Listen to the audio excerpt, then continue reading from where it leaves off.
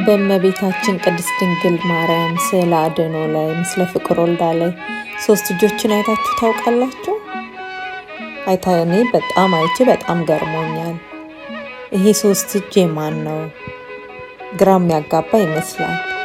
ስለዚህ ባለ 3 እጁ ምስለ ፍቁር ወልዳ ምስል ሚስጥሩን አሁን እነግራችኋለሁ። እጅግ አስደናቂና ተአምራዊ ታሪክን የያዘ ነው። ይህ ባለ 3 እጅ ማርያም ወይም ደግሞ ፓናጊያ ቱሬቼሪሳ የተሰኘው ስዕል በዋናነት በምስራቃዊ ኦርቶዶክስ ተዋሕዶ ቤተክርስቲያን ዘንድ በጣም ተወዳጅና ትልቅ ቦታ የሚሰጠው ምስል ነው።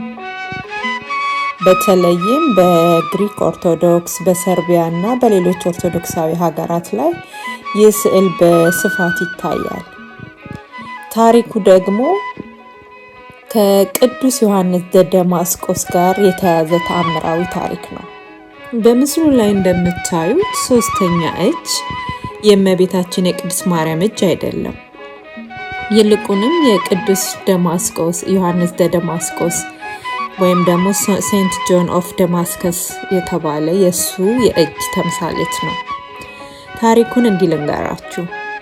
ይህ የሆነው በ8ኛው መቶ ክፍለ ዘመን ቅዱስ ዮሐንስ ዘደማስቆ ስዕለ አድኅኖ ወይም የእመቤታችንን አይከን ሁልጊዜ ይስላል። ከዛም ደግሞ ስለ እሷ ክብር ስለ እመቤታችን ሁልጊዜ በመከራከር ይታወቃል። በዚያን ጊዜ የነበረው የቢዛንቲያ ንጉስና የደማስቆስ ገዢ የነበረው ሰው እሱን ይህንን ዮሐንስ ዘደማስቆስን በሐሰት ይከሱታል። ከዛም ቅጣቱ ምን ይሆናል? ቀኝ እጁ እንዲቆረጥ ተወሰነበት። ይሄም ሆን ተብሎ የተደረገና ከዛ በኋላ የእመቤታችንን ስዕል እንዳይስል ተደርጎ የተወሰነበት ነበር።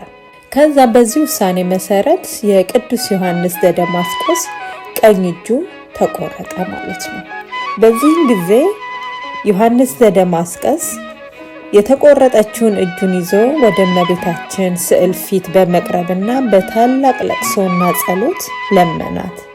እመቤቴ ሆይ እጅን መልሽልኝና ስለ ልጅሽ ክብር ልጻፍበት ብሎ ተማጸነ። በዚያው ሌሊት እመቤታችን በሕልሙ ተገልጣ ፈወሰችው። እጁም ተመልሶ ልክ ቀድሞ እንደነበረው ተጣበቀ ማለት ነው። በዚህም መሰረት የ3ኛው እጅ መታሰቢያ ቅዱስ ዮሐንስ ለተደረገለት ተአምር ምስጋና ይሆን ዘንድ ከብር የተሰራ ቅርጽ የሰው እጅ ቅርጽ አስመስሎ በምስሉ ላይ አኖረ።